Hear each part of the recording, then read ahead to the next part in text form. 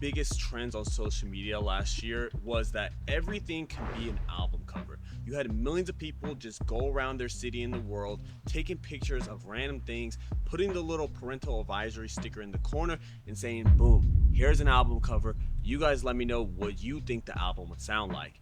And as a big music fan, and especially a fan of music covers and album covers, it was one of the best things ever. I remember taking pictures of random things and saying, oh, this album would sound like some punk rock thing. And it really would just be a cigarette on the street and being like, oh, that's so grungy and rock. And really, it was like not really that good of a picture. But in my opinion, I thought it was fire. Like, I'll give you guys an example right now. I'll take a picture of this little sun on the wind chime, and you guys tell me if that looks like a Sublime picture. Like, that looks like a cover for the sequel to Sublime's first album. But because of the Grammys, they changed something. They added a new category. It has finally brought back album covers to relevancy, making a comeback. And that is, they're finally going to start giving awards out for Best Album Cover. Now, before you guys go cheering and saying, yes, real art is going to be champion again, we're going to get rid of the AI stuff, let's really focus in on the Grammys and the whole award show ceremony kind of thing. We all know the awards are really like marketing and spreading a certain agenda of whatever they choose to at the time. Now, I'm not saying that they don't get it right sometimes. It's just, sometimes it's like, huh? Like, where did you even come to that conclusion? Like the infamous Good Kid, Mad City versus Macklemore. And album covers is not going to be any different. For anybody thinking that they're going to get the right album cover every year from now on, I'm sorry, but you're totally mistaken. There's a lot of hiccups in terms of why people have problems with the awards, but I like to sum it up to basically two, and it's what criteria are they going to use to judge the covers in music, and two, who are the people judging it, and why are their opinions more valued that they get to choose what the best of whatever the category is. And album covers is going to be like one of the hardest things. It's going to be basically telling people what is the best color, what's the best painting. Now, there's a lot of criteria you can use. You can use technique in terms of a certain art style. You could say maybe the messaging and its cohesion with the album. Maybe you can even say impact and interactiveness with the fans and how far it spreads into pop culture.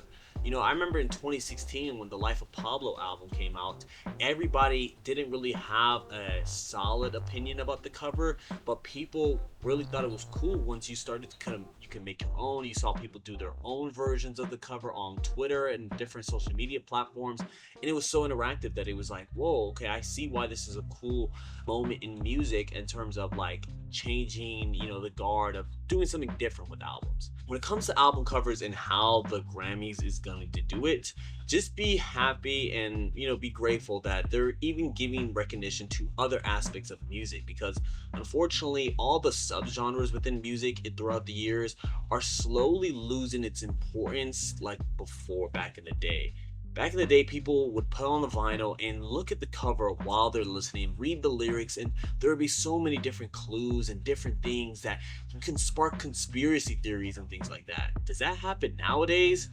No, because it all happens on our phone and nobody really physically holds the album. I think there's a disconnect that happens when that, is occurring. But enough of that sentimental, nostalgic stuff. Now let's get into my top 3 favorite album covers of all time. The first album on my album cover list is the 1960 release from the Jimi Hendrix and the Experience, and that is Axis Bold as Love. If you look at the color, not only is the color palette super unique and super identifiable, but it's also the inspiration from the Vishnu Hindu mythology and just the artwork of that culture.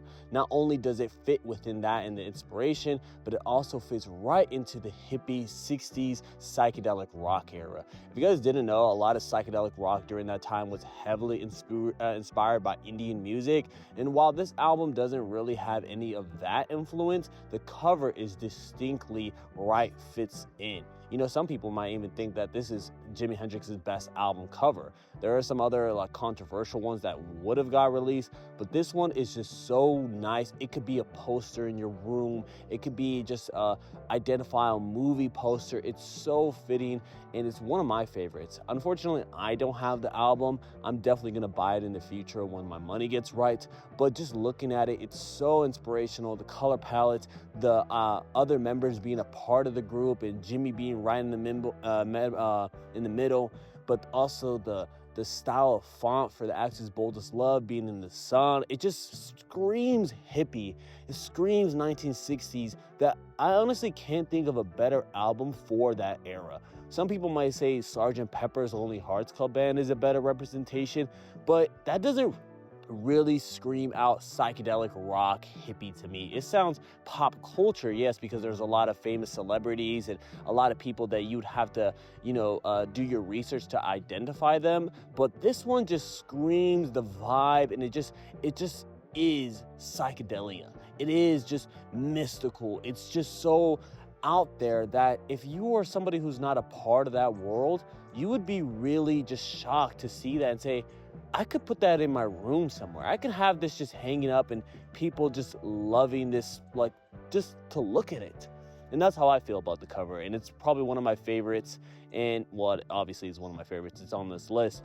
But let me know what you guys think about this cover, and let me know some of your guys' favorite album covers.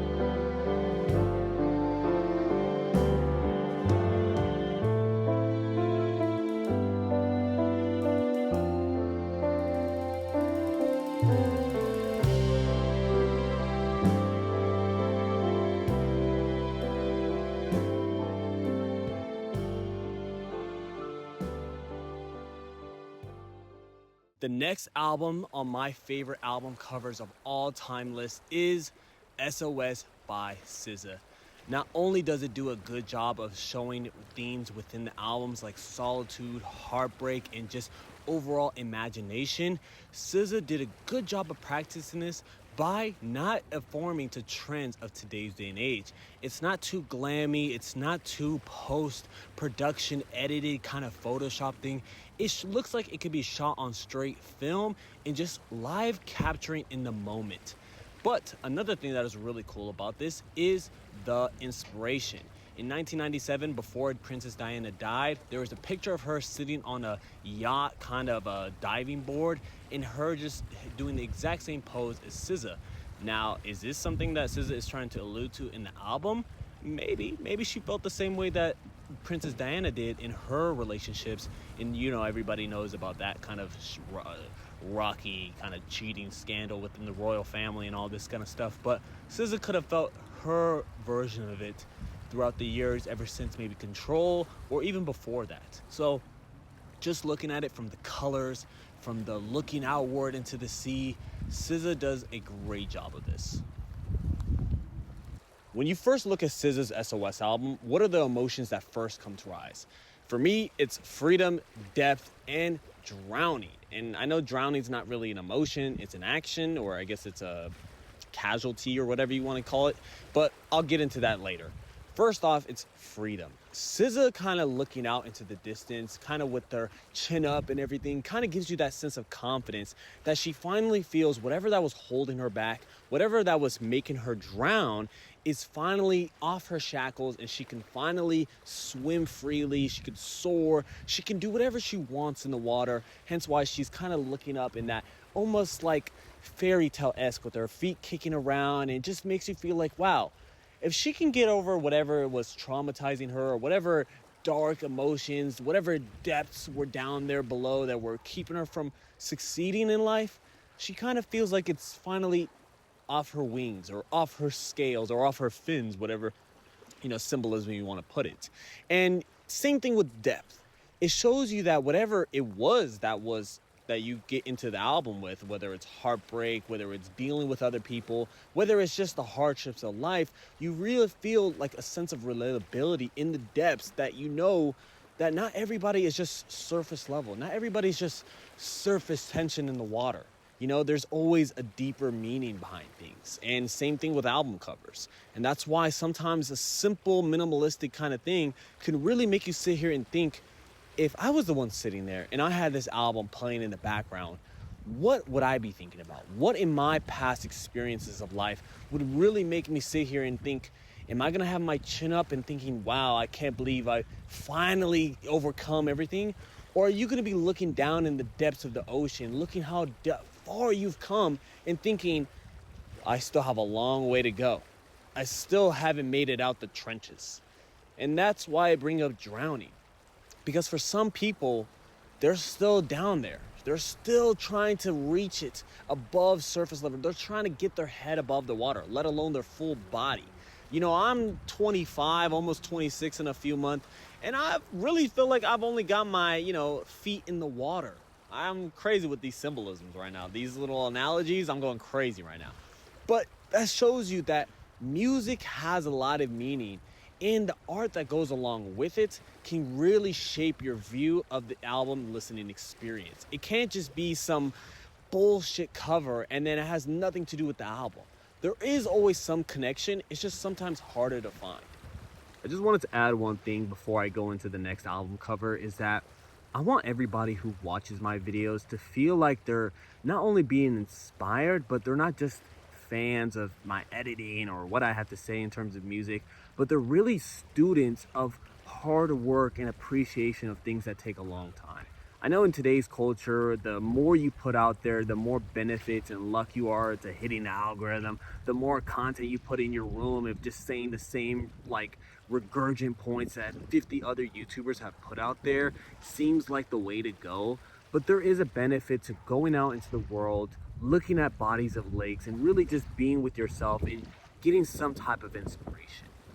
My biggest thing before starting this YouTube channel was just, I was a music fan. I was just liking music and really kind of using it to cope with life, really. Certain lyrics would hit at certain times, like, wow, I really feel that right now. But outside of that moment, how far would it really live with me? How far would it really benefit me to know that some artists had some type of similar experience with me? It really didn't sit right with me. I really felt like a fan, and there's nothing wrong with being a fan, but I'm more inspired, or I'm more confident, or I'm more happy with myself knowing that I'm a student rather than a fan. So I think everybody should know the difference of those two, and it really is using your inspiration to your own benefit. So if you're watching my videos right now and you feel inspired, make some great content. Let me watch it and let me know what you guys think. I want to know what you guys think about my own content. I want feedback. I want criticism. I want all of it. So just lay it on me in the comments and, be a student. I've given you some of my favorite album covers of all time, but before I give you the last one, I think it's only right that I give you the worst album cover of all time. A good balance. I'm not going to give you a whole list because I don't think there's that many. Well, actually, there probably is a lot. But these two are tied for the worst album cover of all time. And one is Metallica's Black Album. And if you don't know where I'm going with this now, the second one that's tied with Metallica is the Beatles' White Album. Now, I know these albums are classic as far as the music goes, but as far as the covers, they're pretty trash. It's either all black as the Metallica album, or as the Beatles album goes, it's all white. Now, I don't know if that's supposed to be some abstract ideas, like you're supposed to interpret the album, or maybe you're supposed to draw on the cover and say, this is what I think the album should look like. You kind of come up with your own album cover. But that's not how it was marketed. It was just kind of like, here you go, here's the album we want. We don't really have an idea. And you see some artists try to do that later on, like Childish Gambino. He did a white album, but it didn't hit as hard because, let's face it, he's not the Beatles. So obviously his cover is not going to be like, oh, this is so cool. And really, it's just lazy and just boring. Like, come on, you guys are at the top of the pop and music game and top of the metal game at the time. You guys should really put some effort in terms of every aspect of your music, every delivery, every packaging, every single detail should be focused and, spent time on like focusing on the details, sharpening your tools.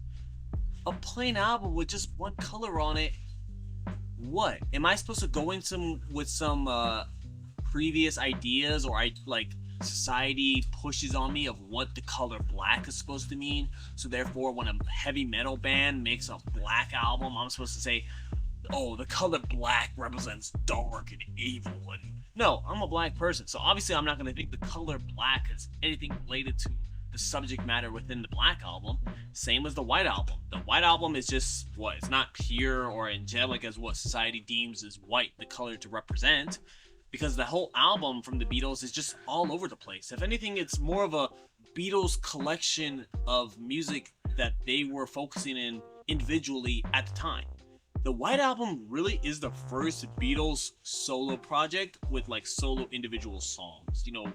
My Guitar Gently Weeps is George Harrison's, Obla Di Obli Da is Paul McCartney's, and so on and so on. Yellow Submarine, I don't think Yellow Submarine's on that album. But you get the Octopus Garden or whatever it's called. You get the point that each member of the Beatles wanted to contribute to an album. They weren't really all together in terms of a single idea, so they probably just came up to collect the, they couldn't come up, like, it's not the greatest hits, but it's also not like a farewell Beatles thing, that's Let It Be for all. The point is, I'm kind of rambling at this point. The covers are trash. You could have done something. You could have just done portrait pictures of just yourself, but just individual, like just one piece color. It's lazy, it's boring, and it's not memorable. It's memorable because of the fact that they didn't put a cover.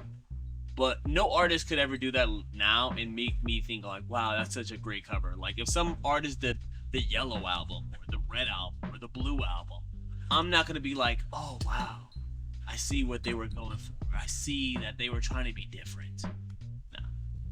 It's only different because they were the first to do it. And even then, it's trash. I'm not going to sit here and sugarcoat it. But let's get into the next album cover on my favorite album covers of all time list.